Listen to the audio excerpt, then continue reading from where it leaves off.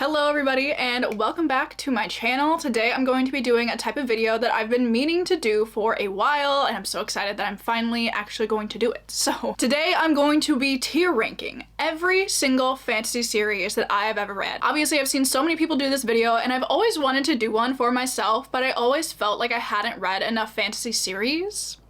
But honestly, at this point, I feel like I'm never going to feel like I have read enough fantasy series, so I figured why not do one now? And then later, when I've read more, I could just do another one if I'm so inclined. So today I have 67 fantasy series that we are going to be talking about, which is very exciting. I'm hoping I can do this in a concise manner. We will see. I do want to put it out there that this is not every single fantasy series that I've ever started. These are all of the fantasy series that I have either 100% DNF'd, or I'm halfway through them, or I've read them within like the last 3 years, because there are some books from like my childhood that I read that I don't think I could fairly rank now. There are also some series that I'm like 1 or 2 books into and it's like a longer series, so I feel like I can't properly rank those either. So my kind of general criteria is that I have to have read it in the last 3 or so years, and I have to be halfway or more through it. So if it's like a trilogy, I have to have read 2. If it's a quartet, I have to have read 2. If it's like a 5-book series, I have to have read 3, like that kind of thing. Although I have included a couple series that I have DNF. Like I'm never returning to these series, so like I'm done with them. So I'm going to still rank those here.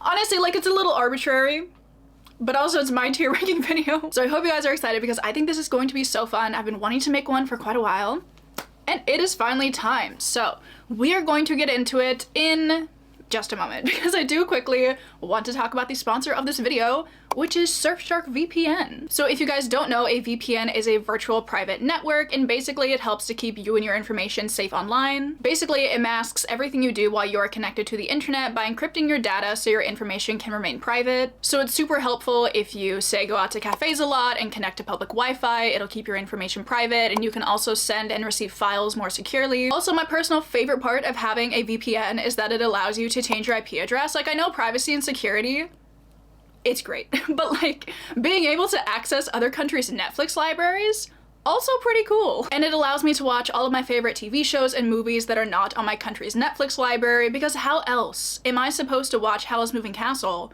for like the 64th time, you know? But changing your IP address is also helpful if you're away from home traveling, because you can change your IP address back to your home country and do anything you could possibly need to do. Also, some other features of Surfshark that I think are great are the fact that they have over 3,200 servers in 100 countries. One subscription can also be shared on unlimited devices, so you can share this with your friends and family so easily. And they do have a 30-day money-back guarantee. So if you want to go check them out, I do have a little deal for you guys that you can use. You can use the code katieisreading to get an extra 3 months free of Surfshark. So thank you so much to Surfshark for sponsoring this video and supporting me and my channel, and to you guys watching this video as well for always supporting me and my channel.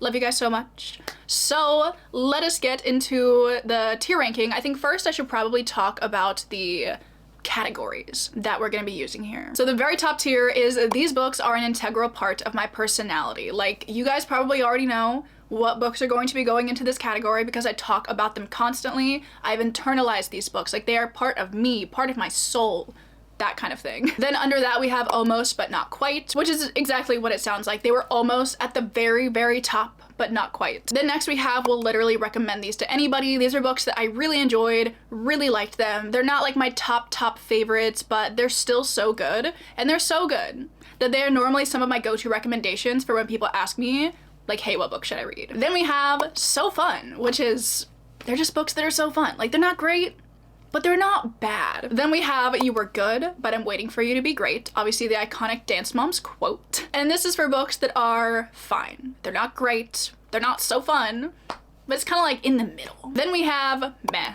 Obviously, like, these are very you know, this is for books that aren't necessarily an assault to my senses, but I wouldn't say I enjoyed them. Then we have I Shouldn't Like It, but I do, and these are for the series that are so bad, but I can't help but enjoy them and want to read them. And then the very last tier we have is who greenlighted this? Cause like, who let these books be published? I just don't get it. I feel like I might have some hot takes in this one.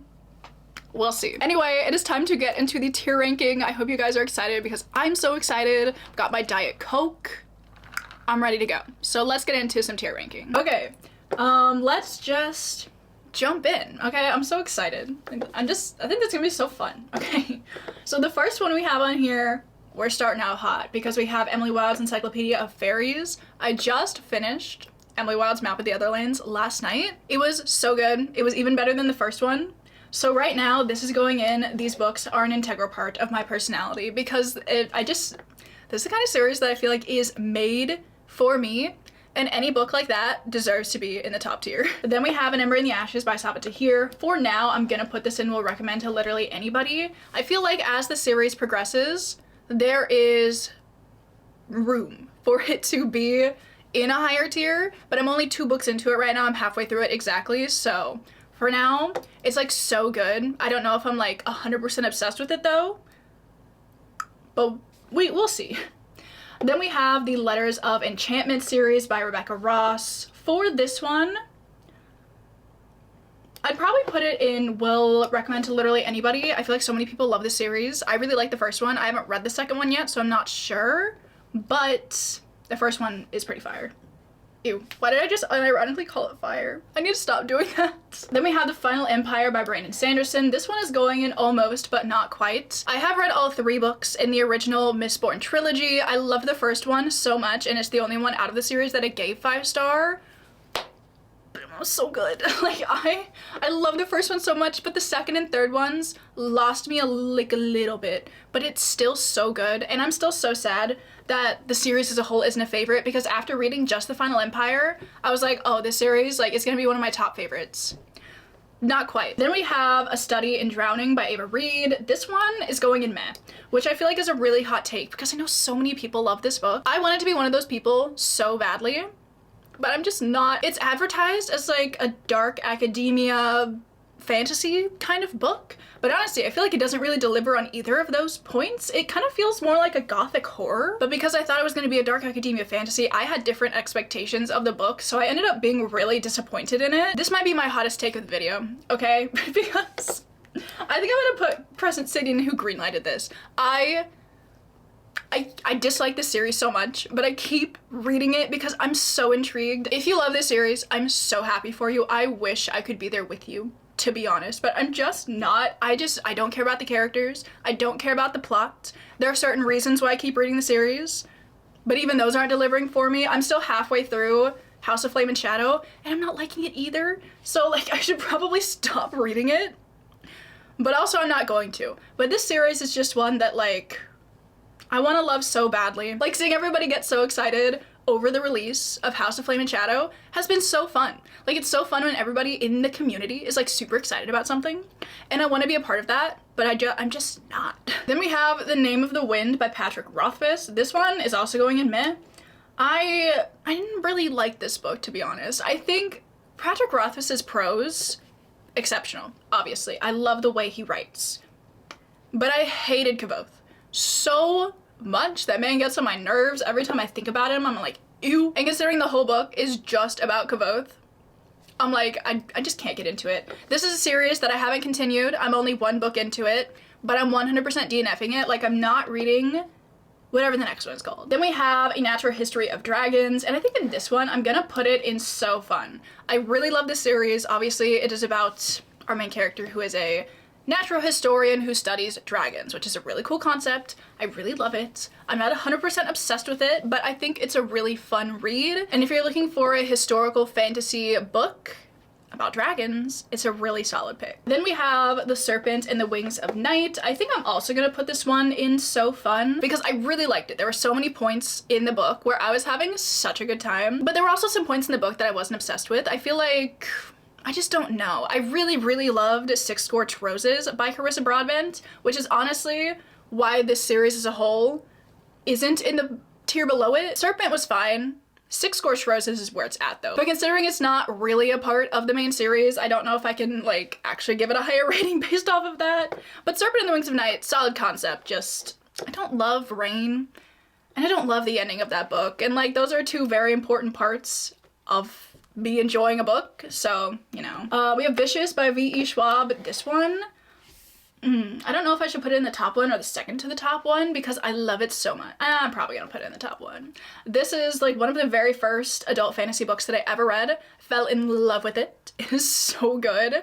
And I reread it last year and it is still as good as I remember it being. This is my favorite V. Schwab book. It's absolutely top tier. If you have not read Vicious, I think this is like some of her best work, in my opinion. Then we have another, well, I don't really know if this is a hot take, but we have King of Scars by Leigh Bardugo, and I'm putting this in Who Greenlighted This because I feel like I just did not like King of Scars. I DNF'd the duology, I started Rule of Wolves at one point, and I was like, I just can't do it. It was fun to see how she was combining elements of Shadow and Bone and Six of Crows and kind of putting them into this book. It kind of acted as like a sequel for both series, but I feel like there's just something about it that I didn't love, even though there were so many characters in it that I absolutely adored. So I feel like it's not necessary. I just don't like it. Then we have Wicked Fox by Kat Cho. I'm gonna put this one in So Fun because this is so fun. It's like a K-drama in book form. Granted, I've never watched a K-drama, but those are the vibes that's giving me, okay? But it's got like Korean mythology in it. It's got a little bit of a romance in it. Our main character is absolutely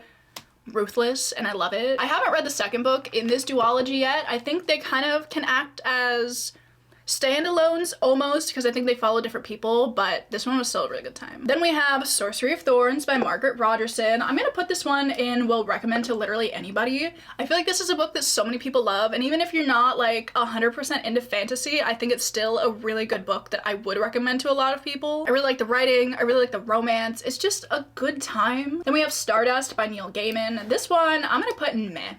I did not love Stardust. I'm gonna say that I liked the movie more than I liked the book, which I don't think is an unpopular opinion. I feel like a lot of people feel that way, but the movie was just so fun. It's so camp, and the book just isn't. Like, it's fine, very fairy tale-esque, but just not super interesting. Then we have One Dark Window, which I'm gonna put in You Were Good, but I'm waiting for you to be great, because there's so much potential with One Dark Window. The magic system is really cool. The romance was almost really good, and I like the vibe, but just nothing about it really captured my attention. Nothing about it really kept me wanting to read it, but there's so many good concepts going on in that series. And maybe I should read the second one. I'm not sure if I'm gonna read the second one or not, but just from the first one, I just don't know. Then we have The Infernal Devices. We all know where it's going. Absolutely part of, at the top of this category. We all know how I feel about The Infernal Devices. Need I say more? No. Then we have Strange the Dreamer, also going in these books are an integral part of, or this book is an integral part of my personality. Love Strange the Dreamer. Love the magical, whimsy, whateverness is going on in this book. And I just have such fond memories of reading it. Oh, it's so good. Then we have Howl's Moving Castle, which like if I were ranking the movie, it would obviously go in the top tier. The book is still really good. Don't get me wrong. I really liked it. Love the characters, but it is very different from the movie. So it's like almost there. Then we have Twilight, which I haven't included every single paranormal book that I've read. There are like some vampire books that could probably technically be on this list, but for honestly just arbitrary reasons, I haven't put them on here. But I put Twilight on here because I wanted to put it in I shouldn't like it, but I do. I also put the comma in the wrong place. We'll just ignore that, but obviously we know how I feel about Twilight. The book's bad, but also a good time. The movie's also bad, but kind of camp at this point, but my nostalgic love for it always prevails. Then we have An Enchantment of Ravens, also by Margaret Rogerson. I'm gonna put this one in So Fun as well, because honestly, what is the plot of this book? You know? But I think the little bit of a romance in it is really cute, and the fall imagery in this book is absolutely stunning, and that is why I love this book so much. I think I gave it a 4 stars. But like plot-wise, it does not deserve a 4 stars, but for the ambiance of that book, it was so good. Then we have Thrown in the Dark. This is an indie published fantasy series, I believe, and it is so ridiculous. It's so ridiculous, but it's such a good time. The humor in it is not for everybody, but it is for me. And I just remember binging all 3 of these books during my Thanksgiving break last year, I think, and I was just having like the time of my life. It was so entertaining, so fun. The romance is also so slow burn. And I probably will reread the series at some point. Then we have Caraval by Stephanie Garber. I think This one I might put in You Were Good, But I'm Waiting for You to Be Great, because I liked it at the time that I read it, but I feel like if I were to read it now, I probably would not be that impressed with it. I just feel like Once Upon a Broken Heart is where Stephanie Garber truly shines, and Caraval was just like, Caraval walked so that Once Upon a Broken Heart could run. You know what I'm saying? Half a Soul, I've quickly made this a part of my personality. Absolutely stunning, gorgeous, amazing. I love her so much. We need not say anymore. Then we have The Hobbit by J.R.R. Tolkien. I would probably put this in almost, but not quite. I loved The Hobbit when I read it. It's so cozy. I want to read it again so badly, but I just like don't have time for that right now. But I do really want to give it a reread. And then while we're at it, I also do think I want to rank The Lord of the Rings. I think I'll put it in will recommend to literally anybody, because I really like the series. It's not a top favorite. Like, I'm really glad that I've read it, because obviously so much modern fantasy is influenced by Tolkien. But I just didn't personally enjoy it as much as I enjoyed like The Hobbit or any of the books that are higher than it. Then we have the Lightning Thief, or the Percy Jackson series. I was like, what is this series called? I think this one I also want to put in So Fun. Honestly, who wasn't obsessed with Greek mythology when they were like 10? It's a child's dream. I loved it then. I reread it a couple of years ago and I really enjoyed it then as well. Then we have The House in the Cerulean Sea, and I think I want to put it in You Were Good, But I'm Waiting for You to Be Great, because I really liked this book. I think I gave it a 5 stars when I first read it, but that was more of me in my early days of giving things 5 stars, where if I enjoyed a book even a little bit, I was like, oh my god, 5 stars. Now I feel like I'm a bit more stingy giving out 5-star books. Like, if I give a book a 5 stars now, you know it's good. But like back in the very beginning of 2021 when I first read this, I was handing them out like candy. But this book realistically is probably like a 3-star read. But this book is obviously super cozy and still a good time. I just don't think it's my type of fantasy necessarily. And then we have the Once Upon a Broken Heart series by Stephanie Garber, which honestly, I'm kind of leaning towards putting it in So Fun, because I love the second book in that series, and I thought the third book was a really good time, but I remember not 100% loving the first one, and I feel like overall as a series, I wouldn't consider it a favorite, but it's a really fun time to read because of the characters, because of the whimsy of it, but I just don't feel like I'm connected to it in any way. But I was still really excited about it, you know? So I think it was just like a fun read. Then we have Heartless by Marissa Meyer, and this one I'm also gonna put in So Fun. This is the only Marissa Meyer book I've ever read, and I really, really enjoyed it. It's like an Alice in Wonderland retelling of sorts. I was honestly obsessed with this book while I was reading it. It's such an addictive read, to be honest, because there's some things happening, and as you like near the end of the book, you're like, what's about to go on, you know? Then we have Throne of Glass, which I am tempted to put in meh, because I've been feeling pretty meh about the series recently. But for now, I'm gonna put it in You Were Good, But I'm Waiting for You to Be Great. I just don't think I'm a Throne of Glass girly. I think I've just decided that I'm not really a Sarah J. Maas girly, which makes me so sad. Because I started with ACOTAR and I loved ACOTAR. I still love ACOTAR. So when I saw that Sarah J. Maas had 2 other series out, I was like, oh my god, perfect, I'm gonna be obsessed. But I just haven't fallen in love with this one or Crescent City the way I did with ACOTAR. Yeah, it pains me, but I just don't love Throne of Glass. I'm gonna finish it, I think, but it's just not my favorite. Then we have Legendborn by Tracy Deonn. This one I'm gonna put in will recommend to literally anybody. I love that this book deals with Arthurian legend. I love the characters. I love the commentary throughout the series as well. And I think the 3rd book maybe was announced recently. Or maybe it was just the title of it. I don't know. But I'm so excited to continue the series. I think the first one in the series is my favorite. Bloodmarked was a little bit less fun than the first one was, but I still really want to continue the series because I love the Arthurian legend woven into it. Then we have 6 Crimson Cranes by Elizabeth Lim. This is another series that I unfortunately DNF'd, so I'm probably gonna put it in meh.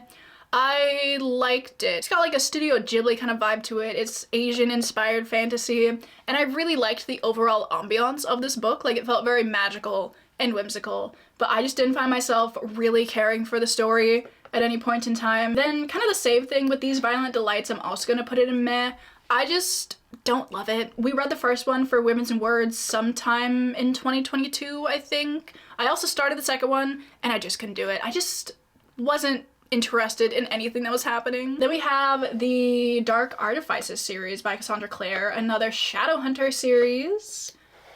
I probably want to put it in So Fun because I like the Dark Artifices.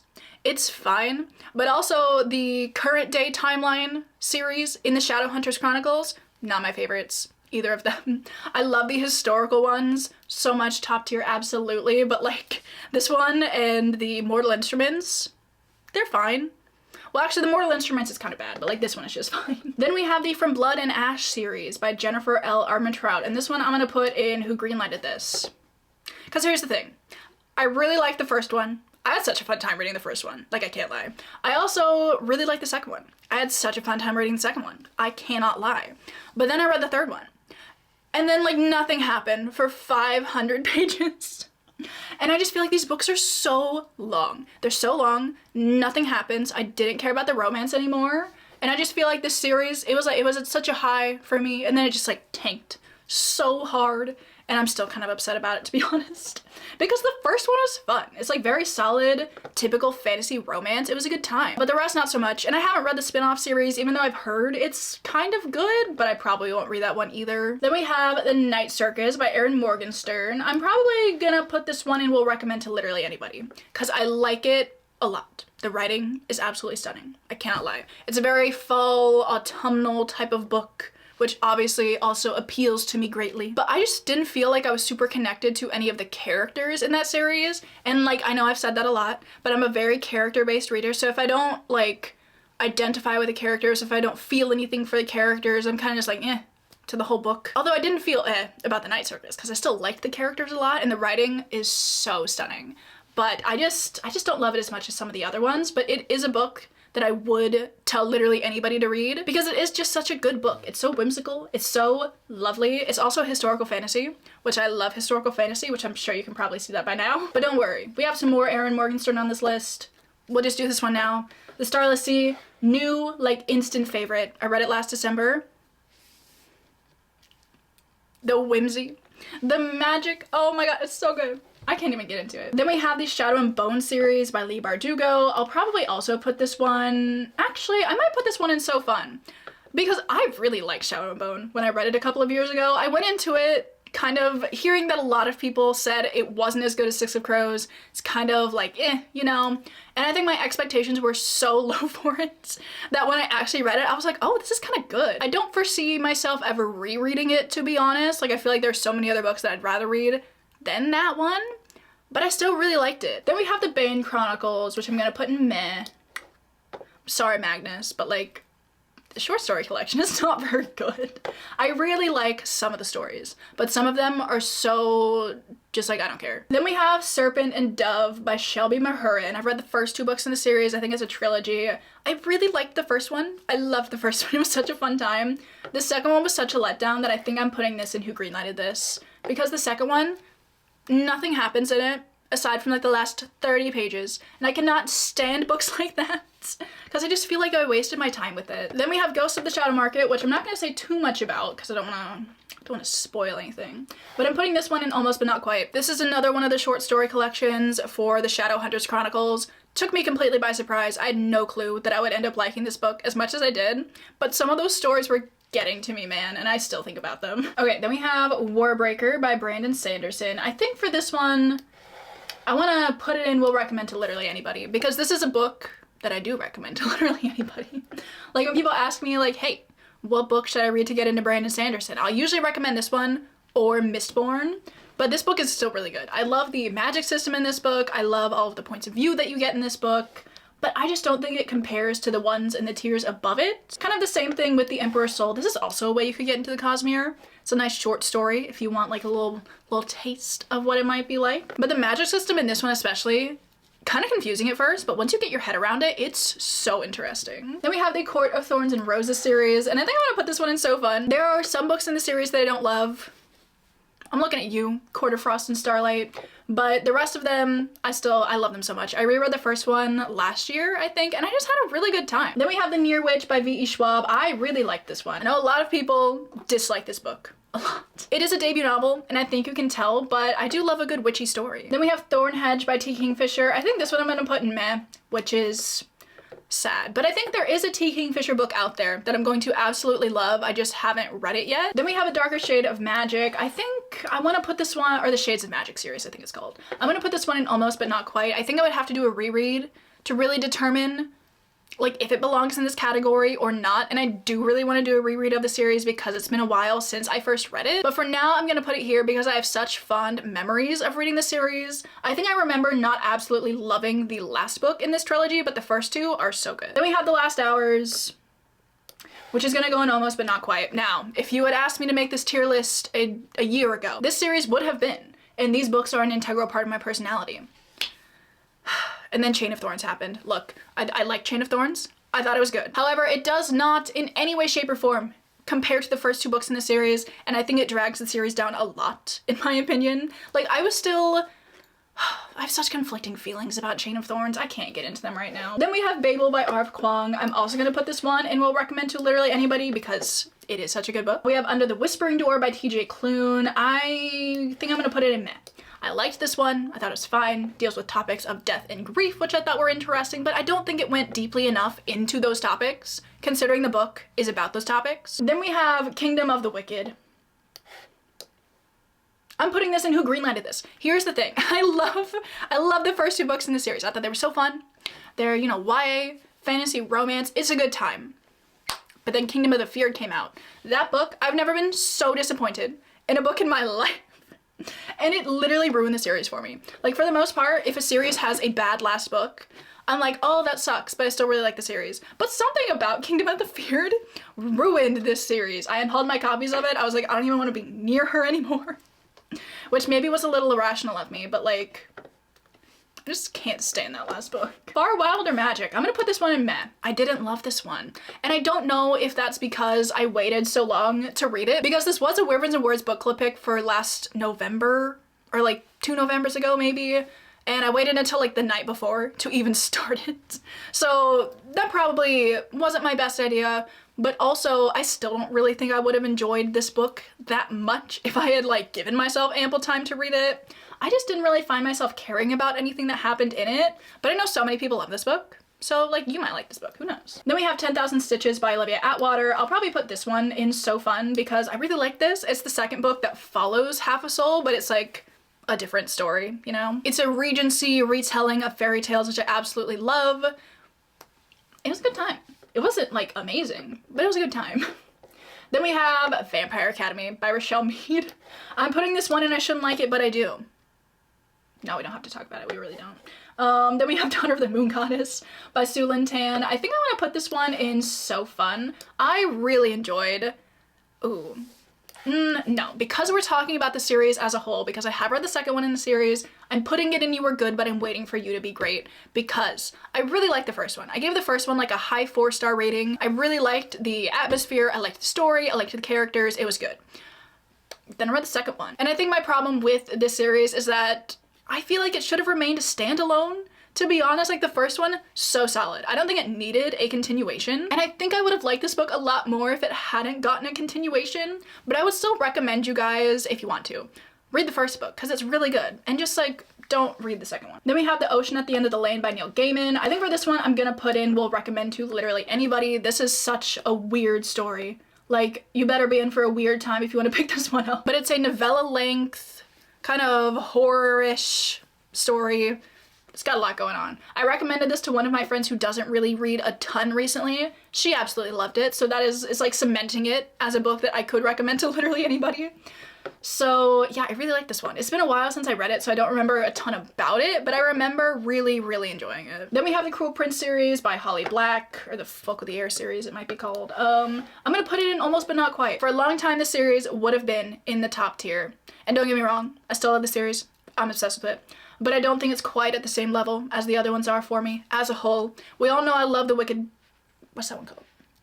The Wicked King? See, I can't even remember the title of it.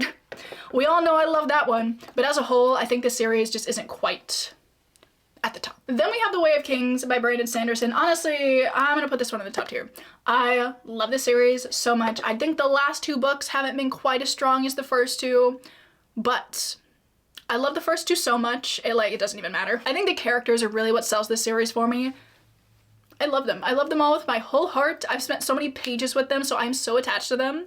and it has to be in the top. We have Six of Crows. I'm gonna put this in So Fun. I feel like my love for Six of Crows has somewhat dwindled over the years. It's got like one of my favorite casts of characters, but like plot-wise, it's just not my favorite. Then we have Tales from the Shadowhunter Academy. It's gonna go in meh. It's just another short story collection in the Shadowhunters universe. I can go right next to Magnus there. We have The Invisible Life of Addie LaRue. I'll probably put it and will recommend to literally anybody because I really liked it, and it's such a solid book to give somebody as a recommendation because so many people love this book. We have Priory of the Orange Tree. I'm probably gonna put this one in You Were Good, but I'm waiting for you to be great. I liked Priory, but I don't think I liked it that much. Like, I don't know. The dragons were cool. I just feel like it was too long, and I feel like the pacing was a bit off, but it's still a good book, you know? And I would be somewhat interested in reading the prequel if I ever feel like I have the time for it. Right now, I don't foresee reading A Day of Fallen Night, but maybe at some point in time I will. I'm just not sure. Let me know if you guys have read it and you think it's worth it. Then we have The Mortal Instruments. We're gonna put it in Who Greenlighted This for obvious reasons. Carry On by Rainbow Rowell. I'm gonna put it in So Fun.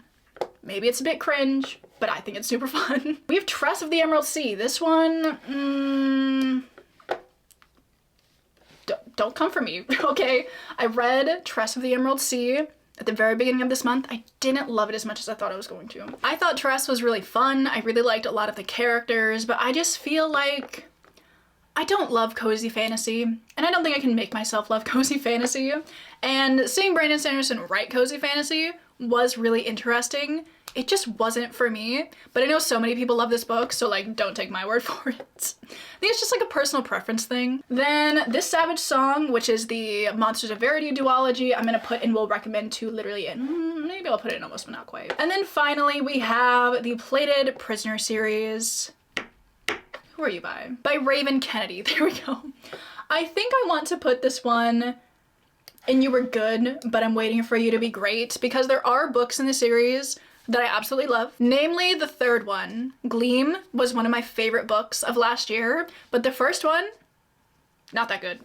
The fourth one, I think, also is like not amazing. I know the fifth one came out recently, and I might read it at some point, but I also might have lost interest in this series. I'm not sure. Like, I was really excited for the fifth one to come out, but then when it came out, I was like, I don't know if I want to read it now. I just don't know. I feel like I'll have to mull it over a bit. Let me know if you've read the fifth one. What did you think about it? Love to know. But I think my tier ranking is done. I do want to do a little bit of organizing in these tiers, okay? So maybe just the top one. I think Way of Kings goes last, then Vicious, there. Then, yeah, that feels right. Like that.